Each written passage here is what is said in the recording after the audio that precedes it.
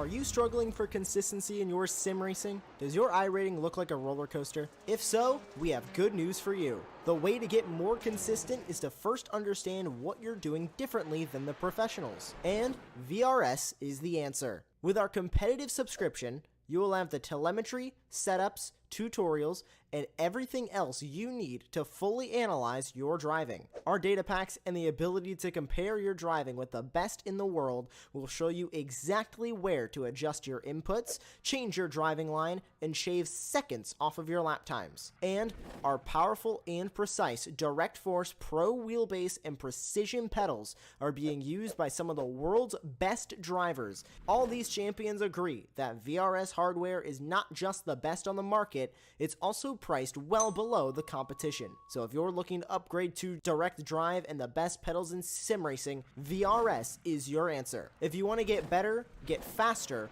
and make it happen sooner rather than later, you owe it to yourself to find out why so many people are switching to VRS. You'll be so glad that you did. Visit www.virtualracingschool.com and learn why the best use VRS.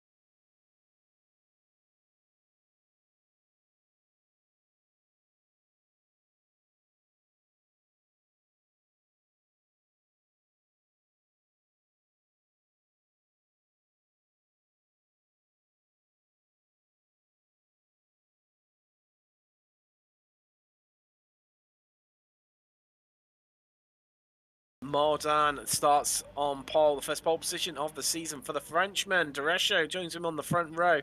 We've got Shirakawa and Samborski, two stalwarts of the series, starting on the second row, with the all-Spanish row of Jorge Lopez and Javier Bonamati. Dennis Cornu is lining up alongside Jason Sieg, with Tulmonde and Marcos Alacron running out your top 10 and row 5. Fujita and Byrne are on row 6, with row 7 being Murugan and Mays. And through into the next race, Jamie Byrne with Mark Koenig lining up alongside him. Dinal Freckleton starts on row 9 alongside Miguel Crespo, really down in qualifying. Surprising from the Australian team all the way down in 18th. And it's an all-Brazilian final row for our 20-car grid, with Tavares and Ord run out your field, with Ord not setting a time. Hopefully we'll see him take to the track. I was just waiting for our last few drivers to grid up, and the anticipation building here for what's going to be an absolute epic season, no doubt whatsoever, here on Apex Racing TV. Who's going to take the victory? We don't have long to find out. 18 laps around Spa. It's a big ask. 20 in terms of the weather here. It's cool, 18 degrees Celsius ambient, but track temperature 25 degrees Celsius. So too bad. On the slightly warmer side of cool there. Definitely a challenge for the drivers. And there we go. See a lovely graphic on the right hand side of your screen right now. Bit of cloud out there. 6 kilometers of wind an hour. Enough to just disturb the drivers, but here come the lights. Let's get ready to go racing for the first time this evening from Spa-Francorchamps, as we are green and we are away. Derecho there, not getting the best of starts, and Shirakawa jumps absolutely everyone. Nearly gets run out and crowded off the circuit from Mordan, who's desperate to hold on to that lead right now, but we're 2 by 2. As we head down the hill toward Eau Rouge. Who's going to take the lead while Mordan sleeps in front of Shirakawa? Samborski's up in place. Derecho, he's down 2. He's into 4th as here comes the slipstream train. As we head down the Camel Straight for the first time this evening, and Mordan knows he's in trouble. He goes defensive to the inside, trying to block cover off Shirakawa and Samborski from sneaking through.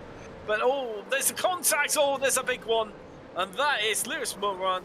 After a great start, and there's more cars caught up in it. Wow, that's a big shunt there, Aaron.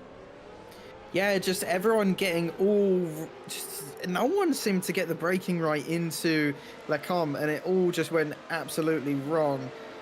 And yeah, I think there was like 4 or 5 cars involved in that incident. At least the bottom 5 definitely involved to some extent, and their races are, well, pretty much over at this point. But everyone in the top 10 getting a pretty average start, although the man you're looking at right now, Alacron, getting a very good start, up 3 places.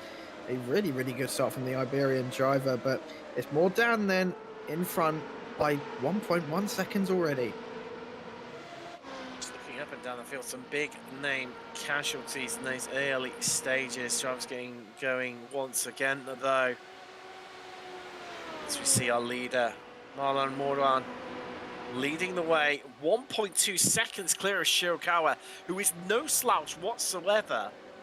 And I do believe, Oliver, Shirakawa, from memory serves me right, I think he holds 1 or 2 world records for lap times on iRacing. Could very well be. I mean, Yuki can be a very fast driver. Depends on the track, really, but as you said, to be that much faster than Yuki on the first lap, that's really a benchmark right now. So that's very surprising to see this season. Yeah, it's incredibly it's surprising to see. And maybe we've got a new star name rising to the top of the cream here in Formula Renault 3.5. And iRacing is in the grass. Goes Samborski. That's pulling out of the draft and then just getting it wrong a little bit, and he's going to lose a place here. Derecho says, thank you very much. If you're going to run wide, oh, he's all the way over the speed and nearly sends it in too deep there into Lacombe. Samborski tries to find a way past, can't, and that places Derecho. Samborski off the podium, and look, they're all queuing up behind to have a good go, and the American could lose more places here, Aaron. Yeah, it's very, very strange seeing Samborski make those kind of mistakes as Well, we're used to him just running away with it as he has done for like the past year, maybe even more. And it's weird seeing him make those kind of mistakes, and I'm not even sure he's going to be able to finish on the podium. We know he has good pace, especially during the race, but he's just got to knuckle down and get past Duresho in front of him and make sure he doesn't fall into the depths of those cars behind him who, as you were saying, definitely look like they're eyeing up a move. And more crucially as well, just, you know, looking at it, the gaps right now, that draft, Oliver, you know, Duresho's fallen out of the draft range of Shirakawa. You've got a gap there of around about 1.4 seconds. And, I mean, if they're not careful, they're all going to start battling each other, and it's just going to become one big battle over third. Yeah, I think it's unavoidable, to be honest, because I see there's no chance for Carlos actually getting away. It's the pack racing here in Spa is so crazy, you can't get away. Yuki needs to try and get away now. I think he might be clear right now, but barely. So yeah, he's far away. That's good. But Carlos really needs to watch out for Ed, especially. Yeah, I mean, Ed is fast. He needs to find pace, and he wants to be up front as early as possible to be out of the pack, so to speak. And if you're Carlos Duresho right now, do you think you deploy some of your 8 available DRS uses, as they're seeing a right scrap here going on between Duresho and Samborski? Yeah, I mean, do you think it'd be wise to maybe use some of his 8 available DRSs just to try and close up the gaps with Shirakawa, or do you think it's better off saving those for later in the race to use them as a defense tactic from the cars behind? That's a really, really good question, actually. The thing is, in Spa here, with this medium downforce string, DRS is very inefficient, not effective at all. The slipstream is much greater. What he can do, I mean, what he should do is, well, try to use them as much as he can right now, because now Ed has no pressure from Javi behind, and Javi has no pressure behind him. So they can try and attack. Once they're in a pack again, for example, Ed can't concentrate on attack Carlos, because then he needs to concentrate on Javi. You know what I mean? So it's right now everything is clear, everything is simple, and now he needs to try and get away as fast as possible, and he's actually trying to do that, I think. Yeah, it's like one big game of poker, isn't it? You know, just waiting for your opponent to blink first and then make your moves based around that. It'll be fascinating to see how this one plays out, but across the line, head out onto lap 4. Marlon Mordan. Oh, we've had a big shunt, and Cornu's involved in that. James Byrne too, and Fujita as well, the Japanese driver.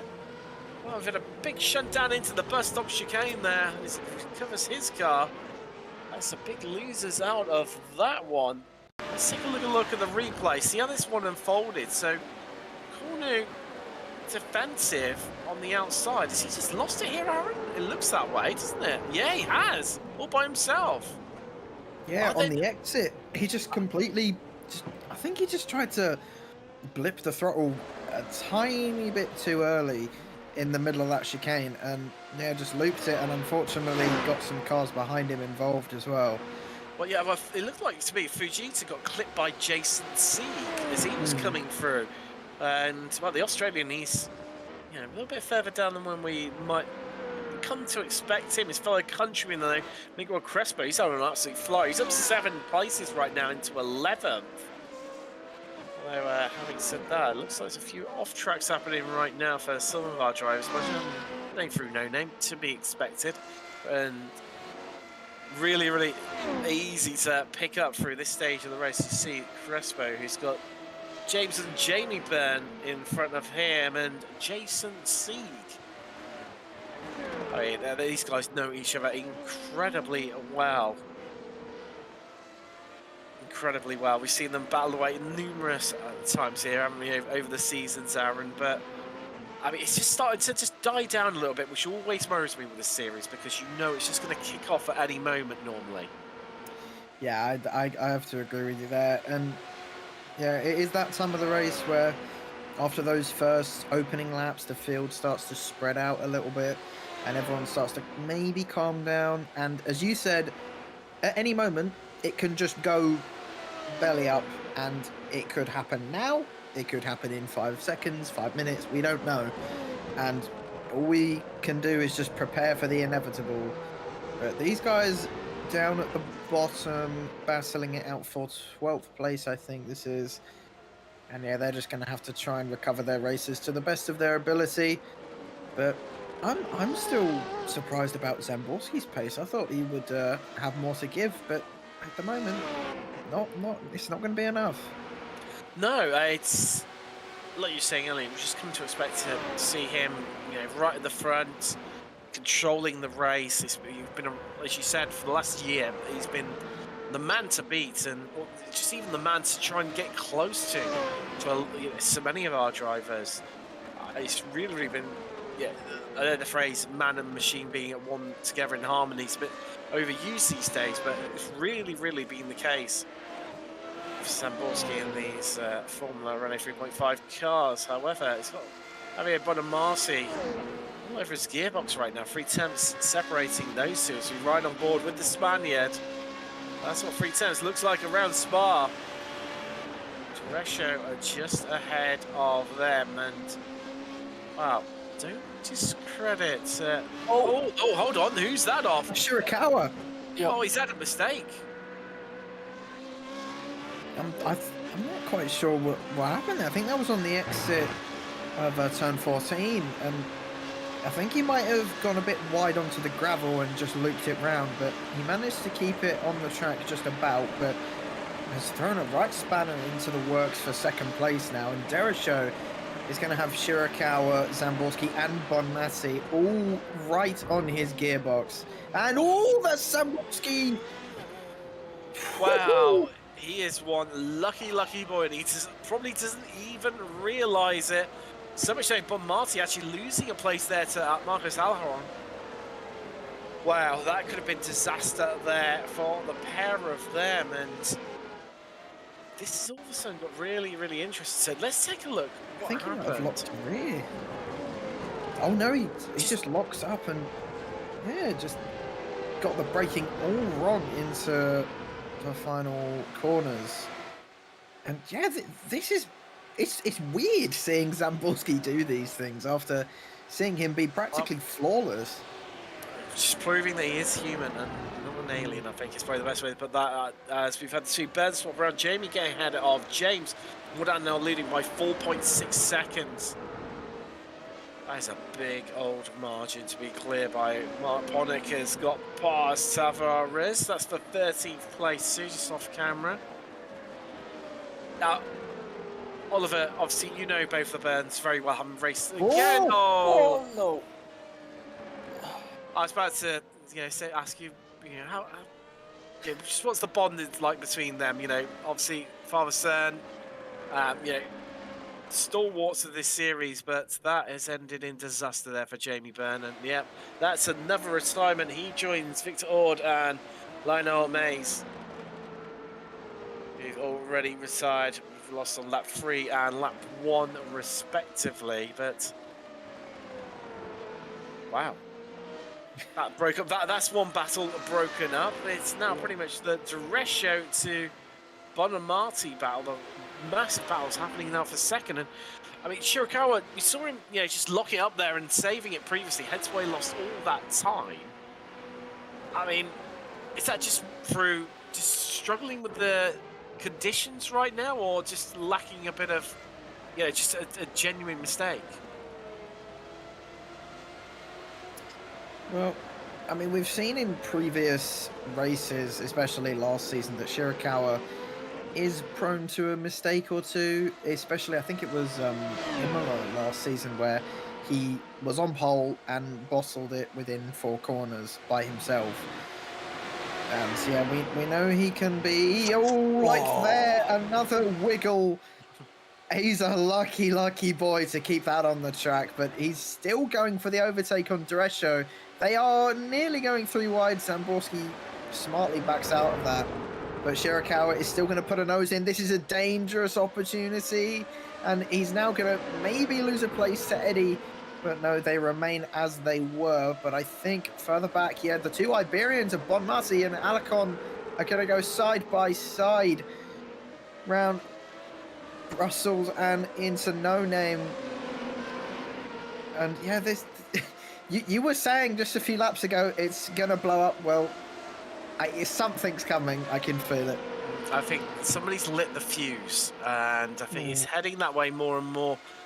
So we're not too far away from half race distance. But Teresho, lucky one and all that, because there was all the fallout behind him, which sent then, Shirakawa being tripped over by Samborski, then Alicron and Banamati tripping up over Samborski, and it all could have ended in disaster. Everyone got away with that one. It's truly spectacular having a five-way battle over 2 podium places here at Spa. As we head down towards the bus stop chicane. Anyone brave enough to have a bit of a look? Well, yes, just in the background there. Bonamati just sizing up Marcus Alcaron right now. Trying to retake the place that he lost only about, half a lap ago. This is, this point here, Oliver, isn't it? Coming out of La Source. It is so crucial to get that exit. What is the best way to get the exit out of there in these cars? Just be cautious, because it's so easy to swing the tires. I, for example, use second gear all the time, just to be safe. Most of the people actually use first just to get more torque from the engine out of the corner. And that's really weird. Samborski actually not using the slipstream of Shirakawa. And maybe he knows that he can't get past Shirakawa because, in fairness, Shirakawa has the slipstream now. Well, Oliver, it sounds like he's bouncing off the rev limiter. Okay, that will be very bad. Which, to his defense, it is very easy here. Because you're uphill. So you need all the RPM that you can get, so you naturally would want to run the car with a shorter sixth gear. But then if you have a double slipstream, it's fairly easy to hit the rev limiter. We've seen it, he didn't get any closer to Shirakawa, so maybe that's why he didn't want to use the slipstream, because he knew, okay, it doesn't help me anyway, so why using it? I have a theory on that, and I think it's more based on Zamborski always being out front and potentially not thinking he's going to be in slipstream, which is maybe why he set his car up for a lower gear to give him better performance when he's on his own. But as you were saying, it really does cost him. You. Yeah. Which yeah. It's a tricky conundrum, isn't it? Because all it takes is one tiny mistake as Mordan sets new fastest lap of the race there. 2 minutes dead, 0.6. Teresho, next one across the line, 2 minutes, 0.7 for him. So, faster lap starting to be put in now. I'll tell you what, should we just confirm our theory here of him bouncing off the rev limiter? So we're having a little listen as he comes through Eau Rouge, across the top of Radion, feathering the throttle through, closing on Shirakawa, pulls out and... that sounds like he's maxed out to me already, Oliver. Yeah, and he's not close enough. He's trying to unsettle Yuki, but yeah, that's very difficult to do. And man, he's in a really difficult situation now, because he literally cannot get past Yuki, because Yuki has the slipstream of Derecho. So that is a horrible feeling, to be there stuck behind another car in the dirty air and knowing you have no chance to get by. That is so frustrating for him, especially him, because he's used to be alone up front. So I don't want to be in his skin right now, to be honest. Yeah, it's definitely challenging times for the American, although maybe there might be one or two other drivers experiencing the same sort of issues as he is right now. Yes, well, half race distance, Mordan leads from Derecho, Shirakawa third, then Samborski, Alicron and Bonamati were part of this 5-car train in the battle for second. Okay, Lopez is in 7th, Jason Sieg 8th with Byrne and Crespo running out the top 10. Then it's Freckleton, Ponick, Tavares, Cordy Fujita, Ron who's no, he's still on new lap about excuse me, till Monday. 17th, last of the runners with Byrne, Jamie Byrne. We lost him on lap 6, Ord on lap 3, Maze on lap 1. Oh God, I've got the hiccups. That's not good. It's not what you want when this. You know it's about to get exciting. No, absolutely not. And luckily they've gone though. It's all right. It was just a brief couple. We're okay. We're safe. I mean, I've been looking at my pizza for the past 2 hours, and I'm starving. So, you know, we're all having our own issues on this broadcast, whether it's to do with bodily functions or the fact that I haven't eaten anything all day. It's a good job we've had some epic racing to preoccupy us now. That's why. It's kept me fairly distracted until now. And now my stummy whammy is rumbling, but hopefully we can have some more racing action to distract me even more. Oh, it's the perennial. You know, it calms down. This point in the race always happened, always has done the amount of times I've covered this race series, and it just calms down here. But you wait about 3 or 4 laps time, Oliver, doesn't it? It always. I mean, what is it about this series? It literally, you know, about 3/4 race distance, all of a sudden, it's like someone lights the touch paper, and it all starts happening out on track. Yeah, it's a lot about mind games, to be honest. What the drivers are doing right now is basically just eyeing out themselves. They just try to gather as much information as they can about the driver in front, and see, okay, where is his weakness, where is his strength, where do I have my my strength, where can I maybe try to attack him or unsettle him, make him nervous, and they're just trying to eye out, okay, what is my plan for the next few laps. And I think for Yuki right now, it's just trying to be in the slipstream or stay in the slipstream of Carlos, because Carlos is actually trying to get away and he's not that far off. And this is one of the things, isn't it? We talked about the 8 available uses of DRS per race. Obviously, you can use them as many times per lap. I mean, this is where it gets tricky, isn't it? Where you're stuck in this battle, because where do you deploy them? Do you wait? I mean, if you're one of these drivers here, do you just wait until the very end, just use them all up within the last, 2-3 laps, or maybe do you equally, try and use them early, try and get the jump and the advantage to have track position?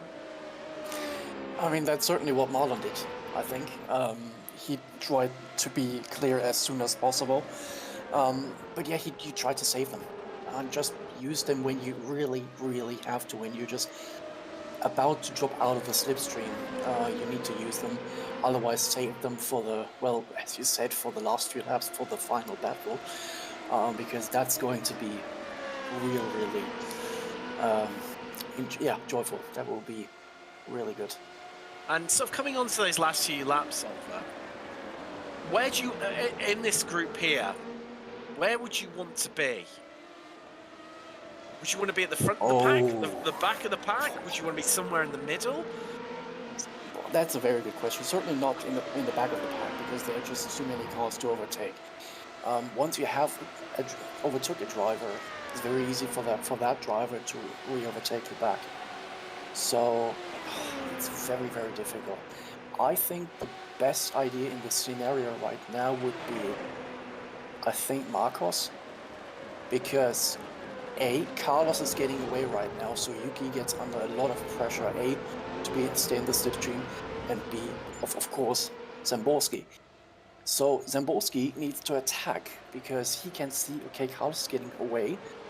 That will be very difficult to get him then, but it makes it easier to overtake Yuki. So there are two pros, to just try and overtake him as soon as possible. And that will play into the hands of Marcos, because these two are battling, which might be opening up the door for him. And there we go. Yeah, and while doing so, Carlos Durescio really opening up a gap. He's 1.1 seconds clear. Is this going to be the change? Samborski on the outside, Shirakawa on driver's right. They go deep into Lecumbe. They still remain side by side. Shirakawa trying to keep his nose in there. He can't. There's a bit of contact between himself and Laragron, but he's around and he saved it. Has he saved it? Well, just about. Oh, wow. That's one driver gone out of the mix. Shirakawa. What looked like it was going to be a really strong result. He's now, well, in the middle of Lopez and Sieg all the way down in 7th. And that's really broken up that battle. They've all moved out to be roughly about a second away from one another. Yeah, I think, like I was saying earlier on in the race, Shirakawa is just prone to being a little bit too aggressive with this car and can make those mistakes. And well, there's another one, his second one of the race, which, you know, is definitely going to cost him a chance at a podium today. But obviously you never know what can happen. But I think the pressure was just on him a little bit too much, and I think he should have just played that a bit smarter and just let Zamborski go. He's got, like, he had like 6 laps left to try and re-overtake him, and I think Yuki was just thinking in the moment and not thinking ahead, which sometimes most racing drivers do, and it's a bad trait we all have. It's a good thing for Shirakawa because on his day, he is absolutely electric. New personal best lap time from Samborski there, 2 minutes 0.5, going fastest for that whole little group there. But then it's so sad that, you know, I think it's just where he's just driving on the edge constantly that makes it seem like he's prone to these mistakes. He's an absolutely electric driver, and he's also the holder of not my most favourite Formula Renault 3.5 moment, but one of my most favourite sim racing moments ever. It was about 4 seasons ago. As we've seen, Alucron trying to defend this one against Bonamati. Can't get the move done though. Bonamati holds on to 4th for now, but doing so, look, they've just dropped about a further second behind Samborski, ahead of them. This is further down. This is Mark Ponick and Freckleton. Freckleton gets the move done. That's him up into 11th. Big gap ahead to Miguel Crespo though. It's 9.3 seconds down on him, but yeah, I'll never forget it. We were at Imola about, I want to say 4 seasons ago now. Shirakawa gets caught up in an incident, hits the wall on the left-hand side at near the start of the pit lane. It's on the left-hand side of the track, and I mean, it taught me a lot. This gets hooked onto the wall. We've all been there. That's it. We've got a tow. No, not Yuki Shirakawa. He's a wily old fox. He spotted that there was an escape road at the end of the wall, which meant the wall just ended. So he rammed the car against the wall, drove it along, and then when it came to the end of the wall, the car just unhooked itself and he drove off up the road. Wow. Absolutely 100 IQ, like a million IQ moment from the Japanese driver. It was just one of those where you think, I think I've seen everything, and then someone just amazes you with something completely crazy. As that Marlon Mordan setting new fast lap of the race. It's an advantage towards the Frenchman now. Can we, Oliver, can we see someone break the 2-minute mark? That's a very, very difficult question. It really depends on the weather, really. It depends on how many DRSs he has left. True, very true. He might have a chance if he really saves up all the DRS and all try to use them in 1 lap, but even then it's so difficult. It really has to be perfect. That's right. Now it's round 2. Ponick versus Freckleton. It's advantage towards the Canadian. He's on driver's left of Freckleton. Onto the brakes they go. And into Luke. And he's around. Wow, that's now going to be Freckleton's place. Ponick loses the spot. It was one of those moments, wasn't it, where they're either going to come together or one of them would spin, and unfortunately, Ponick comes off the worst there.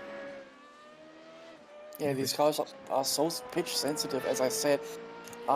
He just tried to carry a little bit more speed in than usual.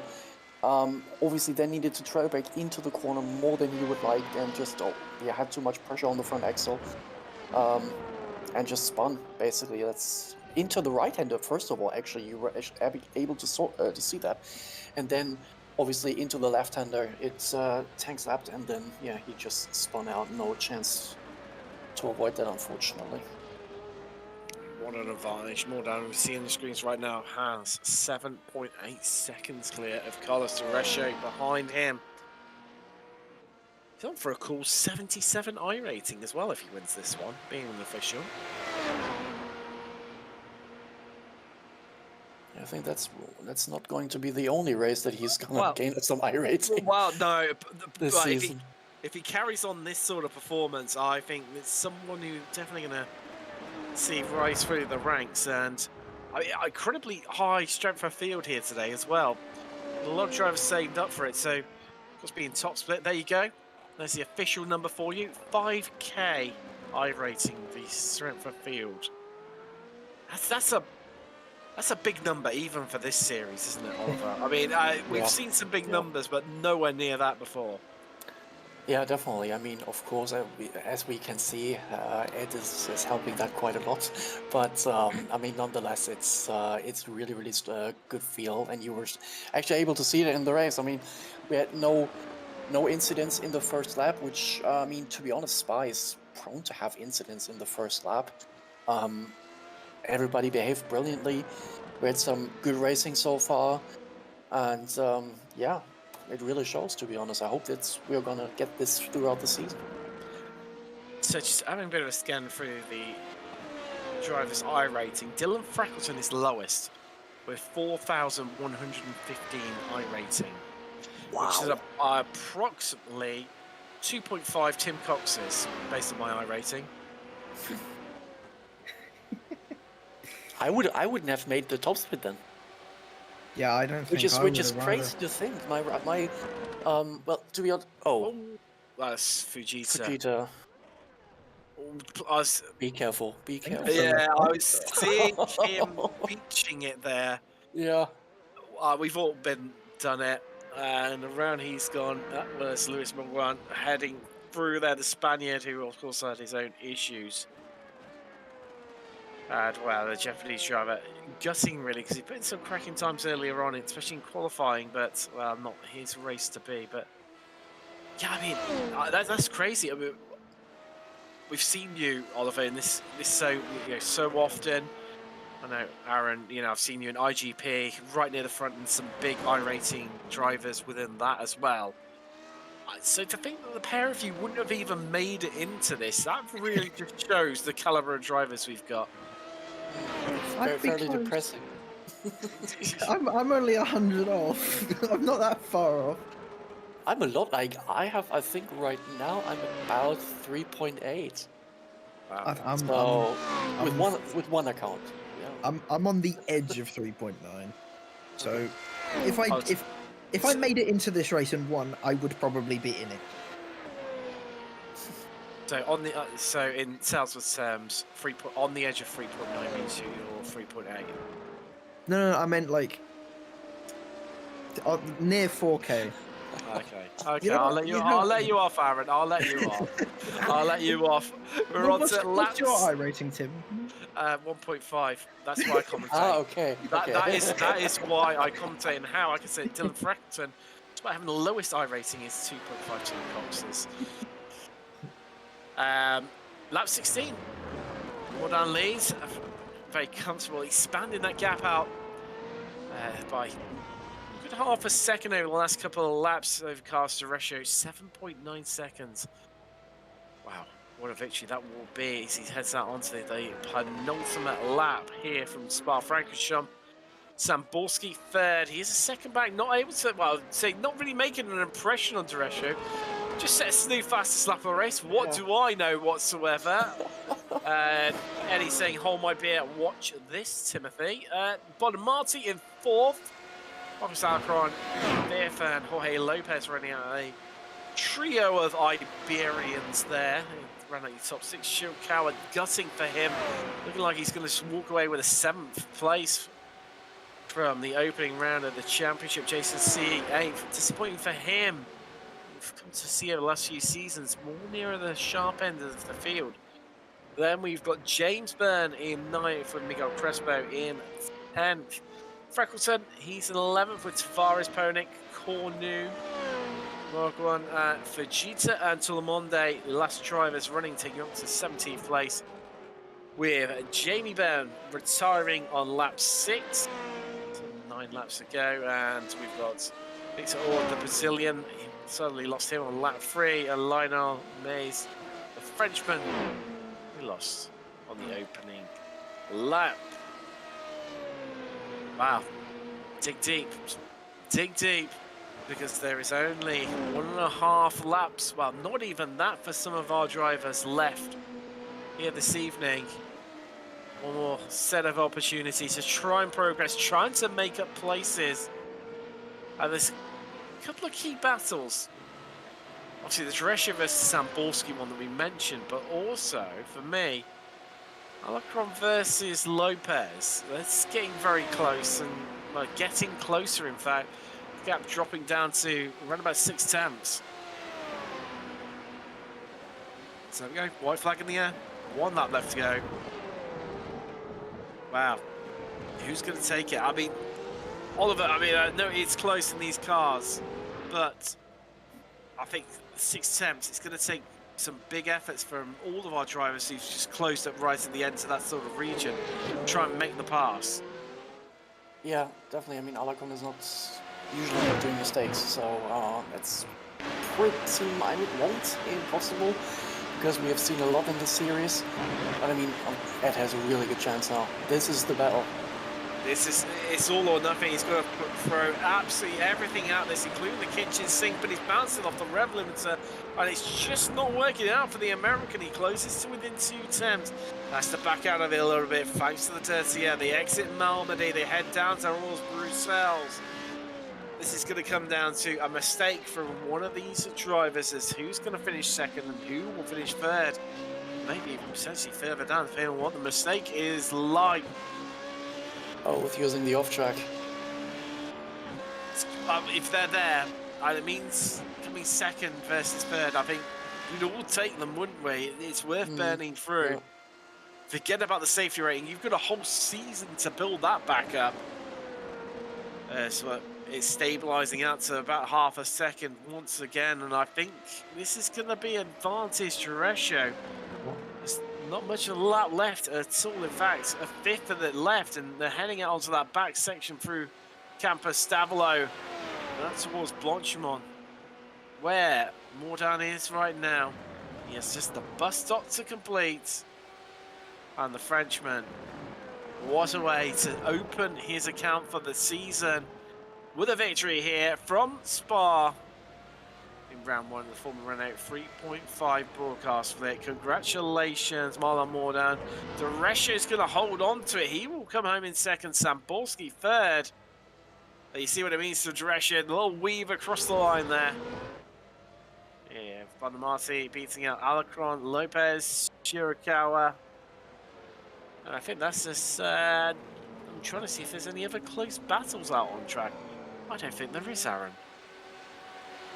Well, I mean, this is the closest battle that we've got for 12th right now, but I think after that big incident involving Shirakawa falling back from the podium places, I think everyone was sort of forced to spread out, and no one really had an opportunity to overtake. And obviously, we saw Zamborski didn't really have the best setup to go for a move on Derishow. I think he was rather hoping he would be further in front and was more by himself. I think he definitely set his car up for those laps by himself, but unfortunately didn't have a good qualifying and was forced to be in that mid-pack. But the man of this race, Marlon Mordan, an absolutely flawless performance by him, and he is going, well, I think he's going to be definitely the one to watch this season. I mean, it's what a way to, stamp your authority. A dominant display from the Frenchman here. Winning margin in the end, 7.4 seconds, although that doesn't quite tell the true story of it. It could have been more. He was letting off on those last few laps. Oh, wow. Wow, I mean, who can, if he carries on that sort of form, who could beat him? It's going to take some big efforts and a bit of luck the one way for other drivers to take the fight to him, Aaron. Yeah, I think Shirakawa does have the pace, but just needs to iron those mistakes out and maybe have a bit better race pace. And Zamborski as well, during that opening stint, just was not quick enough. I think towards the end, Zamborski definitely was the quickest man on track. Of course, he got fastest lap in the end. But yeah, Zamborski just needed to... He ran out of gearing. Just didn't, as Oliver, was right, you're saying earlier, just went for that slightly shorter gear ratio, was bouncing off the rev limiter, so it didn't matter what he did elsewhere on track. When it came to the key moment of being able to pass on the brakes into Lacombe, well, he couldn't get it done because he couldn't even get close, let alone pull alongside. And I think if we do manage to get an interview with anybody today, I think I don't know if he'd be happy or sad. I mean, Eddie always wants to win. I mean, every driver does, but I think considering where he started and considering what happened during the race, I think third place isn't too bad. No, it's not too bad indeed. Let's see through some classified results here from Spa. Race 1 of the season. Marlon Mordan, as you mentioned. Your winner here today, Carlos Durescio, comes home in second with Samborski in third. Then we've got Javier Bonamarte in fourth with Marcos Alacron. In the end, up 5 places into fifth. Jorge Lopez is in sixth with Shirakawa. Disappointing round for him. He dropped 4 down into seventh. Jason Sieg, 8th. James Byrne, 9th with Miguel Crespo. Great drive from him, up 8 places in the end. Started on the penultimate row of the grid.